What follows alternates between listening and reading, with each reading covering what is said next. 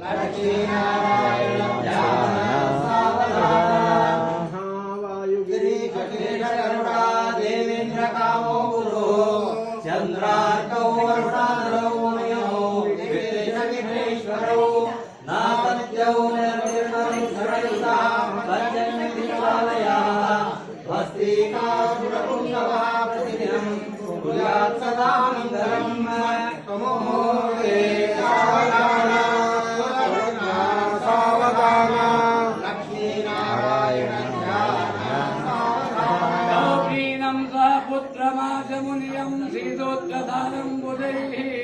नित्याकर्म सुसिद्धिदात्तमुनितं यज्ञोपवीतं शुभम् मातृभोजमन्तरे मदगुरं स्थानं तथा वस्त्रदो सा यज्ञोपवीत एकदिविधा कुर्याद्वतो मङ्गलम् समूढे